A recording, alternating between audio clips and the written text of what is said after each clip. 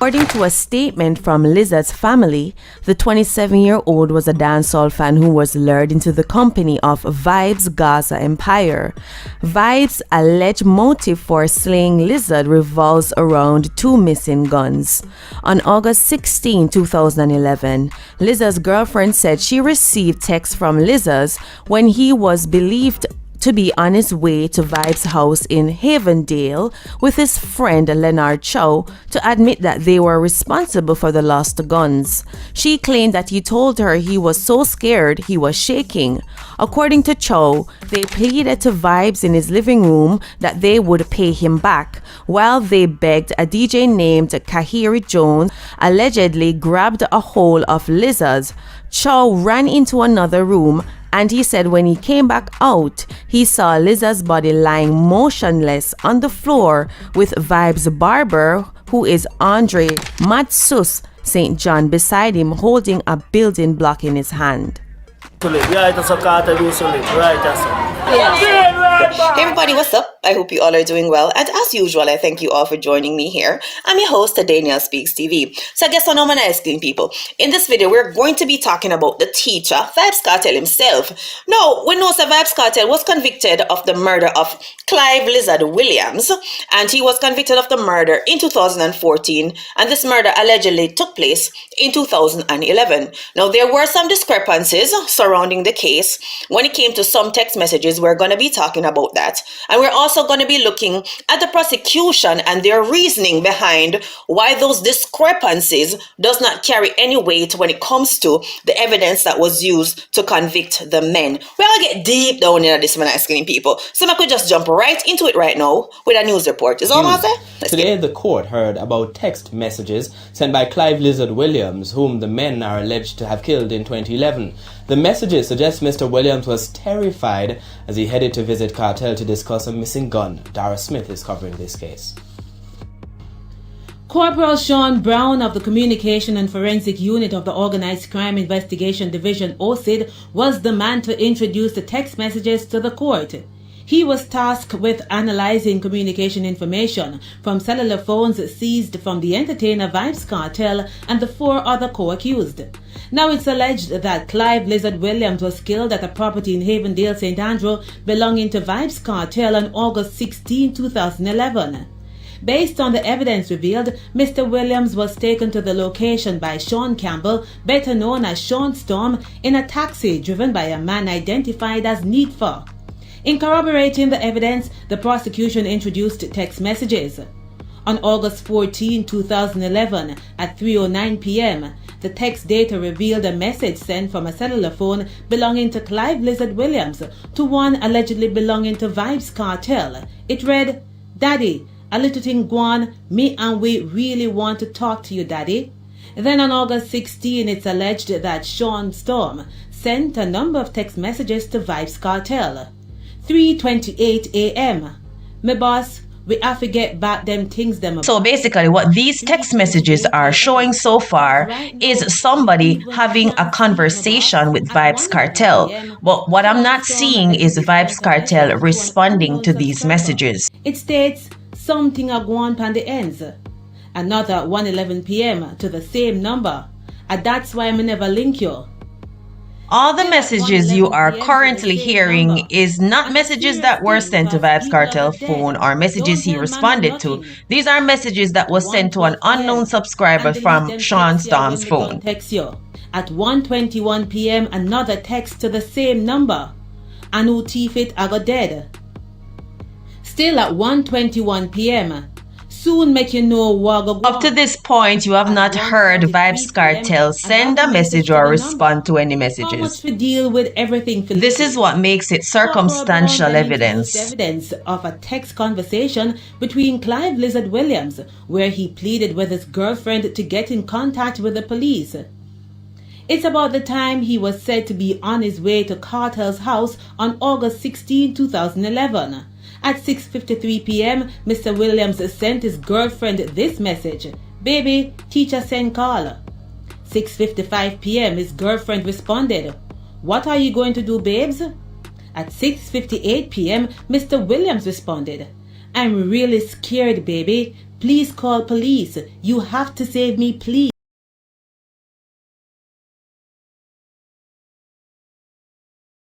Now, this is where things could get a little bit confusing, so I want you to listen up clearly.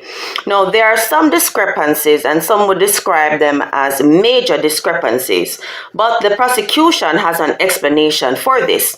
Now, let's start with the text message that was allegedly created in July. Now, according to the defense, a message that was lifted from Kartel's phone that was describing how him chop up lizards fine, and as long as him alive, nobody will ever find him.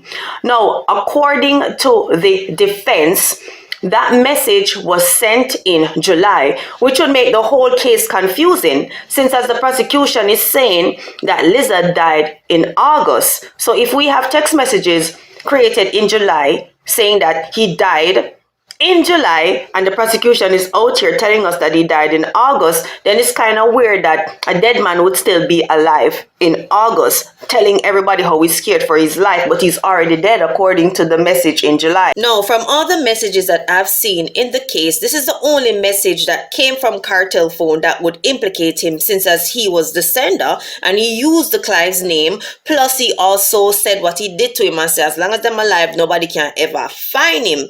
Now, they're saying that a folder was created in July. That is what the prosecution is saying. But the defense is also saying that this may be one of the messages that were tampered with. So make we get some more into this and hear what the prosecution have to say. We strive to put up the best evidence that is available. Hello, I'm Damian Mitchell. Day one of the Vybz Kartel appeal hearing got underway in Kingston this morning with a claim by one of the lawyers for the dancehall artist and his co-accused Sean Storm. According to Bianca Samuels, the metadata of the text message prosecutors used to convict her clients shows that the text was actually created on July 6, 2011, that's 6 weeks before the August murder of Clive Lizard Williams. This is what the text message found on Kartel's phone had said. "Between me and you, we chop up the boy Lizard fine and dash him away now. As long as we're alive, them can never find him." "This one has left me puzzled," Samuels told the appeal court. To that, the president of the Court of Appeal, Dennis Morrison, responded, "Our silence was sharing in your puzzlement." Justice Morrison, along with Justices Patrick Brooks and Frank Williams, are hearing the appeal against the murder and conviction of Kartel, Sean Storm, Kyra Jones, and Andre St. John. Samuel said the development raises more than a reasonable doubt about the integrity of the evidence, which should not have been put to the jury. She also said the electronic file lifted from Kartel's phone was modified 3 hours after the device was seized by a top police investigator. The text message was used during the entertainer's 17-week murder trial.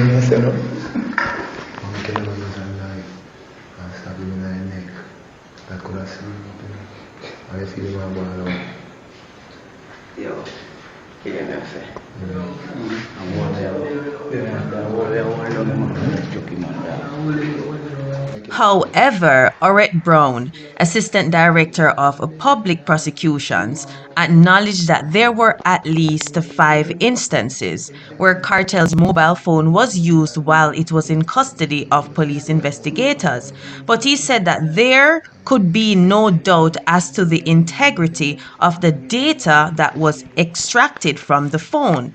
And I quote from Orette Brown, "Where gaps arise in the continuity of the evidence, they do not bar admissibility. What they affect is the weight of cogency that is attached to the evidence." Now, he gave that statement in according to the alleged phone tampering. Now, this is where my issue lies with the word cogency, because the word cogency means the quality of being clear, logical, and convincing. Now, if this lawyer is saying that this only affects the weight of the cogency of the evidence, I find that statement to be a bit ridiculous, because it means that you can question the evidence and you're not sure if it is logical, clear, plausible, effective. You're not sure. I mean, what he should have said is that it doesn't affect the cogency of the weight of the evidence. But Brown, citing the testimony of one police investigator, he noted that it was the folder containing the message that was created on July 6, 2011. That message was created on August 19, 2011, which would have been 3 days before the date on the indictment. But what is metadata and why is it so critical? Essentially, metadata is the back-end information. It gathers and summarizes behind-the-scenes details on information that is posted online. Information like the time and date of the creation of the data, the creator or author of the data, and the file size. According to Isaac Buchanan, a certified British digital forensic expert, cast doubts on the authenticity of the evidence used to jail Vybz Kartel in 2014. Now, according to the digital forensic expert, who is David John Martin Woodgate, he established that a video that was put out of Kartel at the crime scene had a different timestamp from the embed time, which cannot be altered. Buchanan said that Kartel was at the hospital when the crime was committed. And I quote, "Tampering or misreporting of the time was crucial, so the time was clearly changed to fit the prosecution's case." That was said by Mr. Buchanan. And in another submission today, attorney Bert Samuels accused DPP Paula Llewellyn of prosecutorial misconduct during the 2014 trial. Mr. Samuels, who also represents Sean Storm, argued that the misconduct centered around Llewellyn's advice to the presiding judge to continue the trial, knowing that one of the jurors was allegedly trying to bribe his colleagues to free the accused. Samuels, citing transcripts from the murder trial, noted that Justice Lennox Campbell inquired of prosecutors and defense attorneys whether to continue the matter after learning of the alleged $500,000 bribe. He said over the objections of defense attorneys, Llewellyn suggested that the trial continue and that the 7-member jury be given a warning about the oath they took. Mr. Samuels noted too that at one point, Llewellyn indicated in court that it was the prosecution who would be at the disadvantage because of the alleged bribes. That, he said, was an admission that the DPP acknowledged that the jury was tainted and was no longer independent. Sean Storm, Vybz Kartel, Kahira Jones, and Andre St. John are serving life sentences for the 2011 murder of Clive Williams. Now gather up everybody and make we use the bird brain and try to see what's going on right here. So we're going to look for some of the things that were in the court documents and the timelines and such. Now, on the day of the murder, it is alleged that at 7:48 p.m., Vybz Kartel's phone was operating at a tower near to St. Andrew's Memorial Hospital in Kingston, which is conflicting with the time that was provided by the police cybercrime divisions.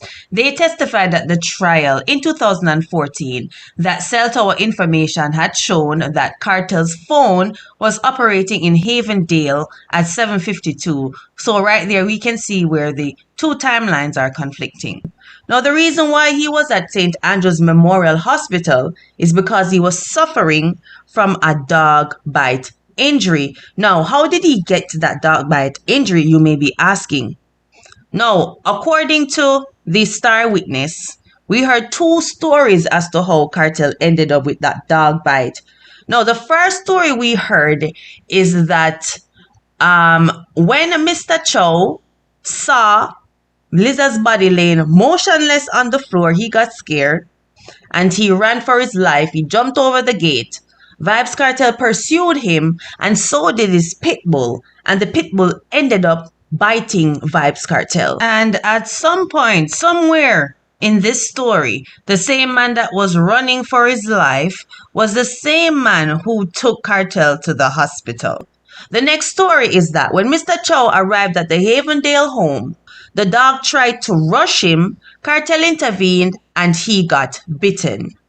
Now, at 7:48 p.m., Vybz Kartel's cell phone was operating at St. Andrew's Memorial hospital, which would mean that he would have gotten a dog bite already. And if we were to listen to what Mr. Cho had said in one of his previous testimonies, then it would be that Vybz Kartel was chasing after him when he got bitten. But then we then have to go back to the statement of Mr. Cho, and his argument is that he arrived at the house at 8 p.m. So if he arrived at the house at 8 p.m., he would not have witnessed a murder. Correct? Since as Vybz Kartel was at the Memorial Hospital at 7:48 p.m. already suffering from this dog bite wound, which would have come from Mr. Vybz Kartel running down Mr. Cho, who had not arrived on the scene as yet. Now, as you can see, the timeline is very confusing here. And to have jurors actually deliberating over these confusing timeline, it couldn't have been something that was clear cut. This all had to be circumstantial, because really none of this makes any sense. At 6:58 p.m., his girlfriend responded, "Just you alone?" At 7 p.m., Mr. Williams responded, "Please tell Nadine to call police for me, please. You have to do it now, please." At 7:08 p.m., Mr. Williams sent another text message. "Tell them that Vybz Kartel I got kill with, please, baby." At 7:09 p.m., Mr. Williams sent another message. "Please, you have to hurry up." Then at 7:11 p.m., "Sean can't save we, please. We're in a need for car, a drive go up there." At 7:13 p.m., his girlfriend responded, "Baby, are you sure? What's the address, babes?" At 7:13 p.m., Mr. Williams responded, "Tell Nadine to call police, please, and Ridge, please, please, fast, fast." At 7:16, another text message from Mr. Williams to his girlfriend. "Baby, please, all me know a Havendale. Please, please, please, tell them to look out for need for car." At 7:18 p.m., another text from Mr. Williams.